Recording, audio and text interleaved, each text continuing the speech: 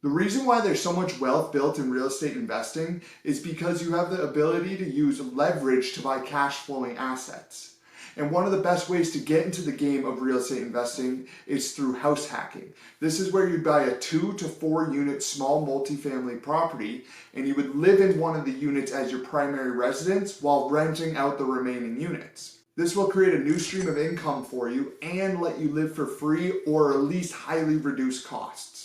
But before you achieve that, you have to find the loan that is best for you. A lot of times FHA just automatically gets accepted as the best loan product to use for first-time home buyers, and that's not necessarily true because there are some benefits of going with a conventional loan over the FHA loan. It just depends if you can actually qualify for that conventional loan to see if it makes sense for you. So in this video, I'm going to be going over just that, the difference in the two, so you can decide which would be right for you and which would be right when you go to purchase your first house / your first investment property. And if at any point in this video I'm able to add some value or teach you something that you didn't know before, please make sure you hit that like button to show your appreciation for the channel. And make sure you stay to the end because there's going to be one huge determining factor based upon the property you're looking at on if it can actually go through with an FHA loan or not. So stay to the end to know about that because it could just completely get rid of that option altogether. So down payments and credit score. An FHA loan is going to require 3.5% down, and they're a lot more lenient on credit score than a conventional loan. So with FHA, it's anything 580 or above you can qualify, and if you have a credit score between 500 and 579, you can actually still qualify through FHA, but instead of using a 3.5% down payment, you're going to have to be putting up 10% because through the eyes of every bank in America, you're looked at as a riskier borrower because your credit score is lower. Now for the conventional loan, it's pretty simple. You're going to be at a minimum of 5% for owner-occupied loans, and you're going to have a credit score of at least 620 or higher. If you have anything below that, your best chance is to go look at the FHA. So debt to income ratio, both FHA and conventional are a little bit different with these. You're going to see them a lot as DTI.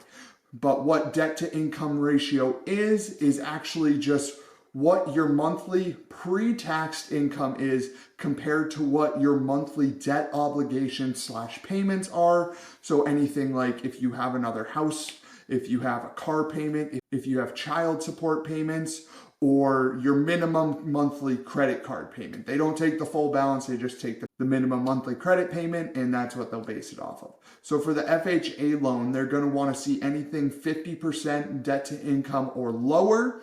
There are some situations where it can be a touch higher than that, but again, this is kind of a little bit depending on what lender you use. The lender is going to have some specificity in the actual numbers for their DTI. This is just kind of like the standards. And then depending on your lender you actually use, they can, I guess, have a little wiggle room on making the situation work for you. And then for the conventional one, this is where you're going to conventional is more of a product that you just kind of need your stuff together a little bit more because the debt to income ratio for this, they like to see 36% or lower. And there are some cases where, again, lender specific, but they will bring it all the way up to 50%.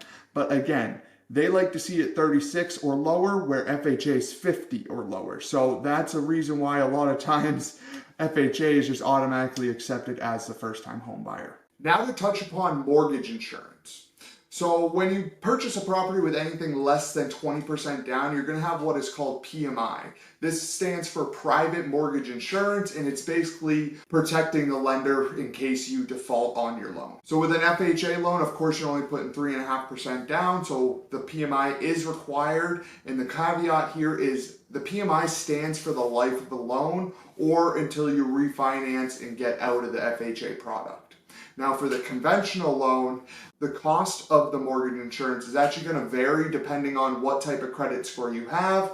The better credit score, the lower cost it's going to be because you're seen as a less risky borrower. And then with this, you actually get the private mortgage insurance removed once you have 20% equity in your house. And actually the clear definition of that is once you have 20% equity in the house, I believe you can ask the lender to remove it, and if you just wait and never ask them, they'll remove it automatically when you hit 22% equity in your property. Now to go over a really big topic, and that is the actual property standards to see if they'll qualify for the loan or not. Because an FHA versus a conventional, to actually get through the appraised part of the process and get qualified through the bank, it can be a bit of a headache. FHA is going to be way more stringent on what they actually allow, because they're basically looking at what the value of the property is, which is what an appraisal is determining what the property's worth so that the bank can have basically the confirmation that it's worth lending upon. And with FHA, they're also looking at safety requirements that the building must meet to actually let it be able to go FHA, because it's a government-backed loan. So it's going to be way more strict on what the property conditioning needs to be to qualify for that. Now with the conventional, it's going to be way more streamlined and way easier to get through, because all they're looking for on the conventional side is just the value of the property. They want to make sure the bank is safe lending that amount of money for that specific property. So FHA is going to be really tough on some of the smaller things, the safety features, where conventional just cares about the actual value of the property, and it's a lot easier to get past with some stuff that can easily be fixed, but on the FHA side, it's a huge problem and can blow up a deal. And now this topic is why I wanted you to watch all the way to the end of the video, because it's called the self-sufficiency test, and it can be a huge road bump for anyone looking for an FHA loan to actually purchase a property.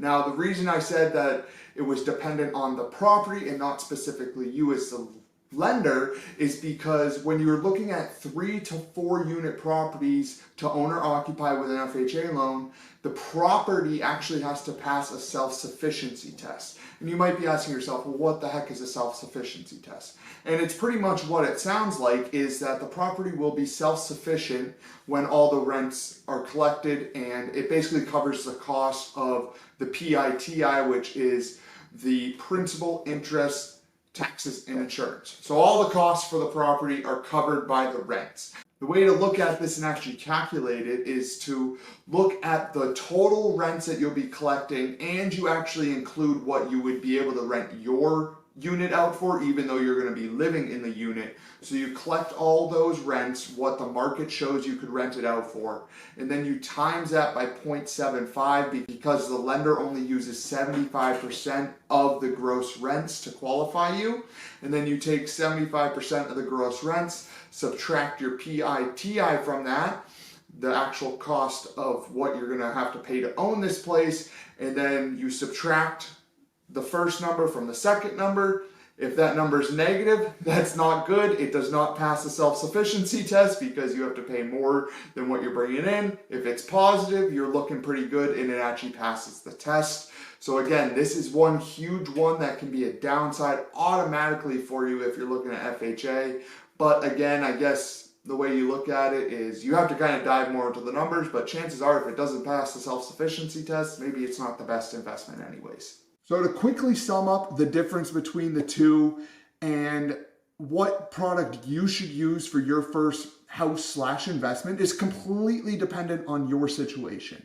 For me, I have personally used both of these products. My first place that I bought was with an FHA loan, and luckily it was in 2019 when I bought it. I honestly just, like, the housing market was a little slower. I think they were a little less stringent upon some things, because ever since becoming an agent, I have seen stuff that should have been a no on my property that went through fine and had no problems back then, but now we're having issues with FHA loans. This property that I'm currently standing in, recording in, and living in is one that I bought with a conventional one. Instead of going 5% down, I had to do 10% down because of some situation with my debt to income ratio to actually get that down to the point that they would lend to me. But I have used both products.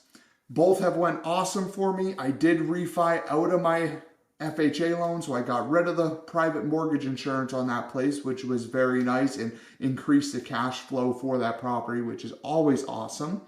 But to kind of like sum up the difference between the two, I would say FHA loans are great for people who are really just starting their adult life almost, because you're probably not going to have the greatest credit score. Even if you're good with your credit, you might not have the best, just because one of the biggest factors in a credit score is your credit history and your credit length. So if you're just starting out, you're not going to have much of that. So that might be why an FHA would be better for you.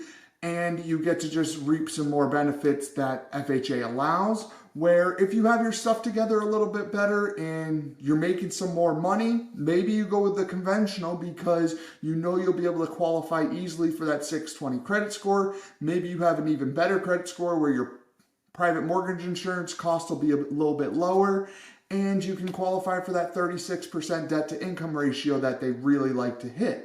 So it really is dependent on your situation, what you're bringing in, what you're looking at purchasing, and just kind of the cost of living wherever you are in the United States. It's going to depend on which one you can go with.